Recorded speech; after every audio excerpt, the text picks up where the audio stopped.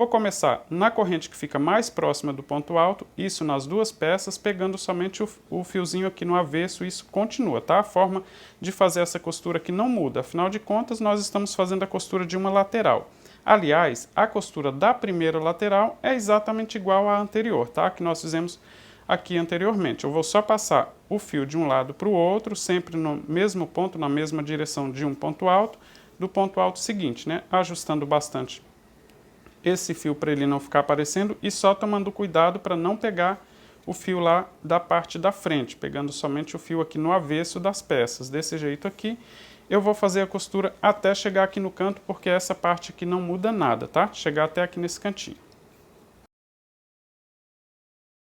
Já estou chegando aqui no canto, olha, chegando na direção do último ponto alto aqui, então, dessas duas peças. E nesta primeira lateral, eu vou utilizar somente a primeira corrente do mesmo jeito. Uma corrente de cada uma das peças que eu estou fazendo a emenda, tá?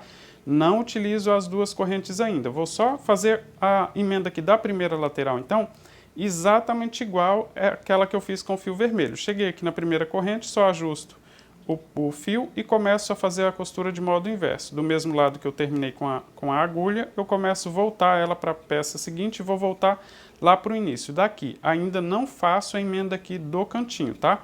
Esse cantinho fica sempre para a segunda costura, para a segunda lateral.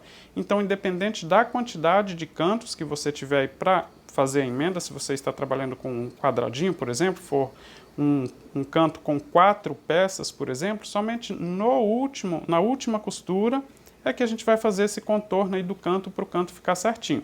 Todas as outras eu sigo a mesma regra. Veja que eu cheguei aqui na primeira corrente, viro e volto exatamente igual que nós fizemos com o fio de cor vermelha lá em uma lateral, tá? Aqui eu considero como uma lateral, eu estou fazendo a costura do mesmo jeito. Estou só voltando aqui com essa costura para chegar novamente no início aqui onde eu tenho a outra ponta de fio para fazer o nó. Já estou aqui no penúltimo ponto, olha. Aqui no último ponto alto. E aqui na corrente de espaço ele vai ficar aqui em lado oposto, né? Desse jeito. E para fazer o nó ficar invisível, eu volto no ponto anterior, né? Como se eu fosse voltar com a costura, mas saio na metade das duas cores e deixo o fio. Do mesmo jeito, coloco a outra ponta de fio na agulha e vou fazer do mesmo jeito. Volto no ponto anterior, mas saio na metade das duas cores. Essa parte aqui não muda nada aqui, olha, é só amarrar, tá? E aí depois cortar as sobras, que esse nó vai desaparecer aqui no meio dessa costura, não muda nada aqui.